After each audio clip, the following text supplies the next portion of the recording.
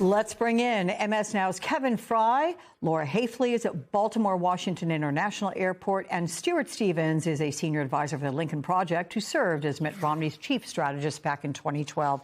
Welcome to you all. So, Kevin, what is the situation on the Hill, or maybe more so from home districts? Yeah, I mean, fair point.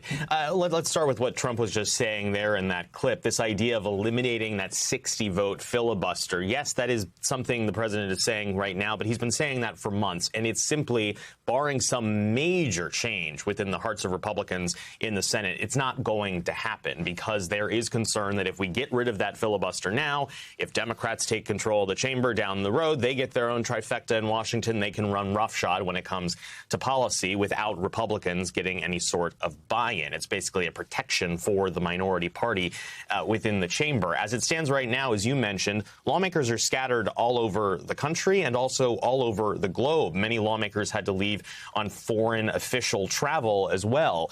And so there's no clear off-ramp here. We did see the Senate meet in a pro forma session this morning. There was no attempt to push that Republican-backed bill from the House through, though there are apparently still some hopes among some Senate Republicans that perhaps they can craft some sort of off-ramp during the interregnum while lawmakers are away. But that seems like a bit of a tall ask. Just to keep in mind, a reminder of what is on the table right now, the Senate backed a bill in a bipartisan fashion to rip out ICE and also Border Patrol funding in exchange for there not being any reforms to those agencies that the Democrats were pushing for. Republicans over in the Senate said no way to that deal and instead pushed through a bill that fully funds DHS for 8 weeks. And that has been called a non-starter by Democrats in the Senate. And so we are still at this breaking point where it's not clear what the off-ramp would be. But keep in mind also, because the president says that he's going to be funding the TSA, that takes a major pressure point off these lawmakers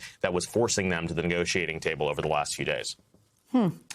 Okay, so Stuart, the president's answer was to tell Republicans, hey, get rid of the filibuster. And then he went further and said Republicans who oppose it, which, by the way, there are quite a few, should be exposed to the public. So if he's unwilling to agree to any deal at all with Democrats, where does that leave us?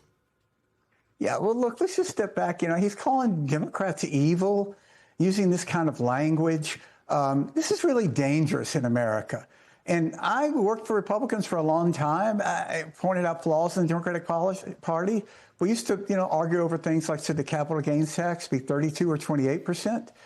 We never, as a party, there were always cranks and weirdos that would do it, went out and said that, look, this other party, which represents about half the country, they're evil people. They're not really Americans. And that's sort of at the root of this. And I don't think people like that. Partisanship is never as popular as the idea of people working together, because ultimately government is supposed to work. That's what they get paid for. And people in their own lives work with other colleagues they don't agree with. I mean, it's just you have teammates when you're in different sports teams you don't agree with, but you get along. And that's really what it is about. So, there also is this Trump card, not to be too cute here, that Democrats have, and that is that ICE is not popular. People don't think that you should have a bunch of masked men running around shooting Americans. So they're in a very strong position here. And as you say, now if TSA is going to be paid, if I was advising Democrats, I'd say stay the course.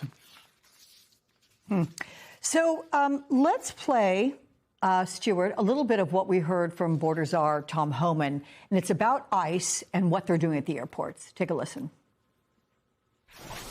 We're going to continue an ICE presence there until the airports feel like they're in 100%, in a posture where they can do normal operations. So if less TS agents come back, that means we'll keep more ICE agents there. The president's been clear. He wants to secure those airports, especially, as I said earlier, in an increased threat posture. We need to secure those airports. ICE is there to help our brothers and sisters in TSA. We'll be there as long as they need us. But to do what precisely? I mean, is keeping ICE at the airport the solution to this problem? They are not trained to do the job that TSA does. So, Stuart. I just went through a few airports and I saw ICE agents just hanging around. It looks like a pretty good gig. You go to work, you don't have to do anything. Look, this is about normalizing the presence of a paramilitary force in all aspects of American life with the focus on upcoming elections. You know, when you start making this normal, you know, I can remember years ago going to Europe and stepping off a plane and seeing guards with machine guns at the height of sort of international terrorism. That was weird. We didn't do that in America. So now you go to an airport and you have these unarmed TSA agents who are trying to do a job. It's an important job. But then you have these other guys who are there who are heavily armed as if they're stepping off a Black Hawk somewhere in a combat zone in an American airport and aren't really doing anything. It's about intimidation. It's the danger of having the President of the United States a large paramilitary force that he can deploy at will. And I just got to say, this is the ultimate fantasy of what the Alex Jones InfoWars said, that we were going to have these people out there. They're going to have black helicopters, which actually ICE has been using. This is their worst fantasy come true, except now, because they're implementing it, they seem to be for it. Yeah. Well, at least we're seeing them help passengers with their bags, putting them on the carriers to get screened. And they are not wearing masks, we should say, which takes away a bit of an air of intimidation. But Laura, in Baltimore, where you are, the call-out rate for TSA agents was more than 38% on Sunday. How about today? Are things any better than they were over the weekend?